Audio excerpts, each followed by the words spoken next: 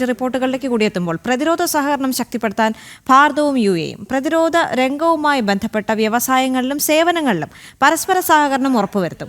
UAEയുടെ സൈനിക പരിശീലനത്തിന് ഭാരതം പ്രത്യേക പഠന പദ്ധതി തയ്യാറാക്കും.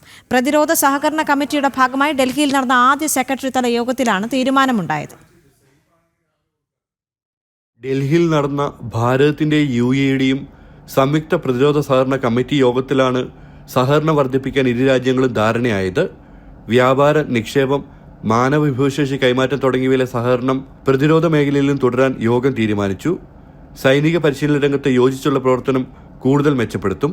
സൈനിക പരിശീലനത്തിൽ നിലവിലുള്ള ആവശ്യങ്ങൾ ഇരു രാജ്യങ്ങളും ചർച്ച ചെയ്തു. UAEയുടെ ആവശ്യത്തിനനുസരിച്ച് പ്രത്യേക പഠന പദ്ധതി രൂപീകരിച്ചുള്ള സൈനിക പരിശീലനം ഭാരതം വാഗ്ദാനം ചെയ്തിട്ടുണ്ട്.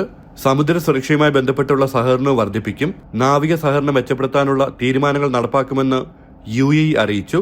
പ്രതിരോധ രംഗവുമായി ബന്ധപ്പെട്ട വ്യവസായങ്ങളിലും സേവനങ്ങളിലും പരസ്പര സഹകരണം ഉറപ്പുവരുത്തും. ഇന്ത്യൻ കോസ്റ്റ് ഗാർഡും UAE നാഷണൽ ഗാർഡും പരസ്പര സഹകരണത്തിന് ധാരണാപത്രം ഒപ്പുവെച്ചു. യോഗത്തിന്റെ ഭാഗമായി കര നാവികസേന ഉദ്യോഗസ്ഥരും ചർച്ച നടത്തി. ആദ്യമായി ഇരു രാജ്യങ്ങളിലെയും വ്യോമസേന ഉദ്യോഗസ്ഥരുടെയും കൂടിക്കാഴ്ച നടന്നു. ജനം, ദുബായ്.